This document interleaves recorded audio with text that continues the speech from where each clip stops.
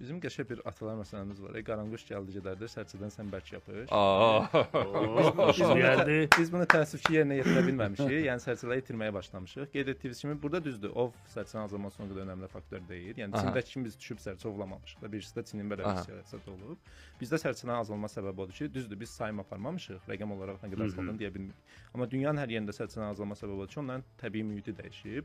Dediyiniz kimi köhnə vaxtlarda mən də xatırlayıram uşaq vaxtı sərçələr çay daşı olan evlərin boşluqlarında yuva qururdu. Yəni bu cür onun yuvalama yeri o idi. İndi Bakıda belə bir çay daşı ev qalıbmı ki? Şərait yox. Ümumiyyətlə bir də onlar çol quşlarıdır. Yəni onlar ağacı və ya otu sevmir. Bu gün parklara gəlib baxsa biz çol bitkisi görmürük. Ya ağacdır, ya da otdur, qazondur belə deyək. Yəni sərçə üçün biz mühit şərait yaratmamışıq. Sonra da düşünürük ki, niyə azalır? Çünki onun bütün ehtiyacı olan faktorları biz aradan qaldırmışıq. Ümumiyyətlə sərçə faydalıdır. Binaları da yüksəltib 16 mərtəbə elədik. Sərçə ora uçub yuva qurana qədər yorulur. Yəni məsələ bundan ibarətdir. Bakıda və ya şəhərlərdə sərçələrin ümumiyyətlə quşların azalma səbəbi budur. Biz müxtəlif edərik. Amma eyni zamanda digər quşların sayı artır. Məsələn, Bakıda göyərçinlərin sayı artıb. Eyni zamanda qarğaların sayı artır.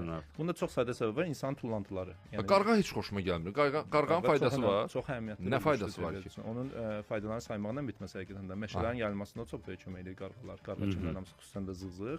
Eyni zamanda belə deyək də onlar da sanitar rol oynayır. Əslində təbiətdə leşləri yeyərək, təmizləyərək kömək edirlər.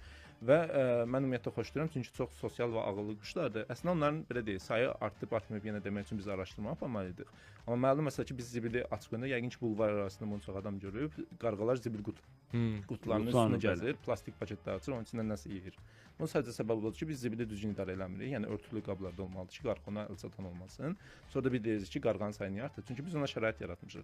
Burada amma bir fakti qeyd etmək istəyirəm. Təəssüf ki, ölkəmizdə bu məlumat var ki, qarğalar digər quşların sayını azaldır. Məsələn, sərçələrin də sayını azalmasına bəzən deyirlər ki, qarğalar. Yeri gəlmişəm. Bunu eşidirik biz. Amma bu çox səhv bir yanaşmadır. Bu elmdə isbat olunmur. Əksinə bunu test ediblər bir neçə ölkədə Avropada. Bir ərazidən qarğaları, sağsağanları, digər qarğaçınları götürüblər ki, görən quşların sayı artacaq. Amma məlum o ki, yox. Əslində artmır. Əksinə tülkülərin sayı artır.